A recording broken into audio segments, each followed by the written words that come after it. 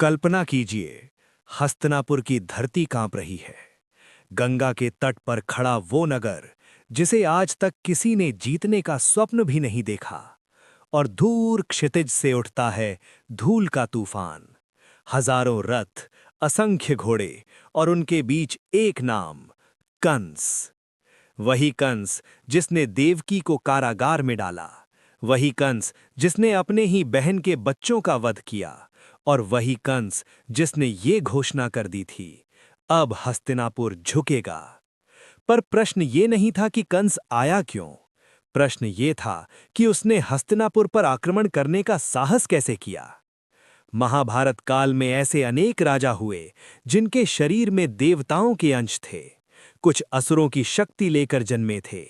पर 3 राज्य ऐसे थे जिन्होंने कभी पराजय का स्वाद नहीं चखा था। और उनमें से एक था हस्तिनापुर। हस्तिनापुर केवल एक राजधानी नहीं था, वो धर्म की शिला था, वो न्याय की तलवार था। और उसकी सबसे मजबूत दीवार थे पितामह भीष्म।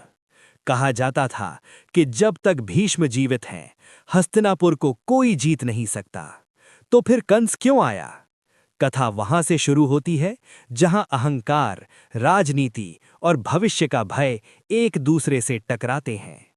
कंस जानता था कि कृष्ण जीवित हैं और ये भी जानता था कि कृष्ण का अंत उसी के हाथों लिखा है। पर कंस को ये भी ज्ञात था कि अकेले वो कृष्ण को नहीं रोक सकता। उसने ज्योतिषियों से पूछा, ऋषियों से पूछा और अंततः उसे एक ही उत्तर मिला। जिस दिन हस्तिनापुर कृष्ण के साथ खड़ा हो गया, उस दिन तेरा अंत निश्चित है।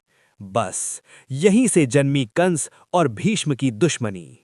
कंस चाहता था कि हस्तिनापुर उसकी अधीनता स्वीकार करे, कुरुवंश उसकी अधीनता में आए, और यदि नहीं तो युद्ध।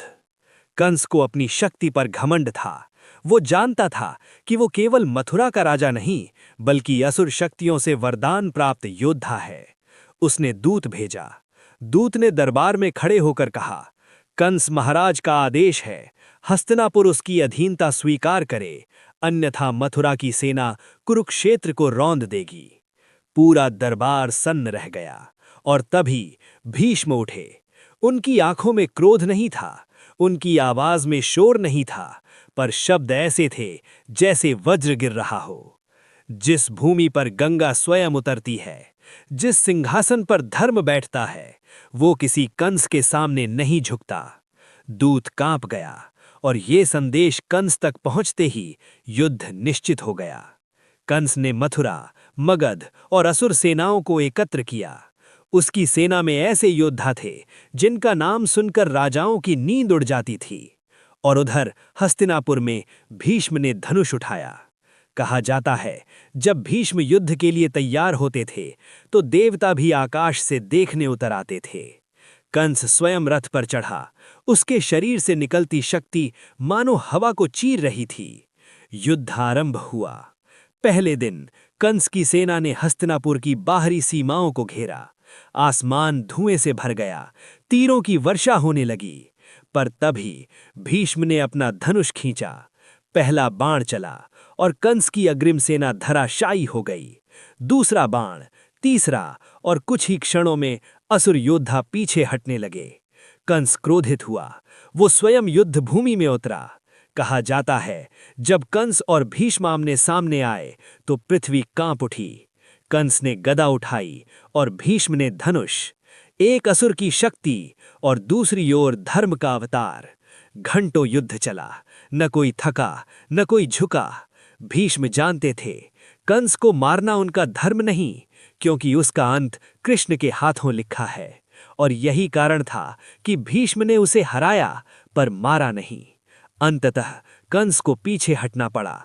वो युद्ध जीत नहीं सका, पर एक बात समझ गया, जब तक भीष्म जीवित हैं, हस्तिनापुर अजेय है। युद्ध के बाद भीष्म ने केवल इतना कहा, अधर्म का अंत निश्चित है, पर उसका समय ईश्वर तय करता है। और वही हुआ। कुछ समय बाद मथुरा में कृष्ण ने कंस का अंत किया और हस्तिनापुर फिर अजेय बना रहा, कुरुक्षेत्र युद्ध तक। अब जरा सोचिए, यदि उस दिन भीष्म न होते तो क्या महाभारत का इतिहास वैसा होता जैसा हम जानते हैं? यदि आप ऐसी ही रहस्यमयी, रोमांचक और सच्ची पौराणिक कथाएं सुनना चाहते हैं, तो अभी हमारे YouTube चैनल कृष्ण दृष्टि महाभारत को सब्सक्राइब करें और इस वीडियो को अपने बच्चों तक जरूर शेयर करें, ताकि भारत और अपने आध्यात्मिक हिंदुत्व के गौरवशाली इतिहास को हर पीढ़ी जान सके। क्योंकि इतिहास केवल पढ़ा नहीं जाता, वो महसूस किया जाता है। और अगली कहानी में हम बताएंगे वो रहस्य जिसे स्वयं कृष्ण ने भी मौन में रखा था। जय श्री कृष्ण।